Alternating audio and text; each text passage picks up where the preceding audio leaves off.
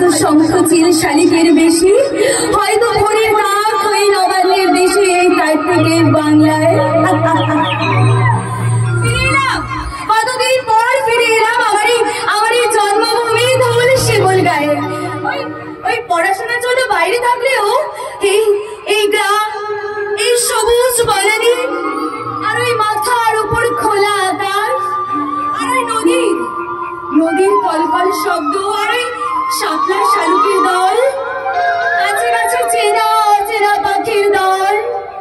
ওহ বাবা, প্রকৃতির কি অপরূপ দৃশ্য! যত দেখি তবু যেন আমার তৃষ্ণা মেটে না। ওরা জানে আমি ওদেরকে কত ভালোবাসি। এই পাহাড়ে জানে, এই ঝড়ে না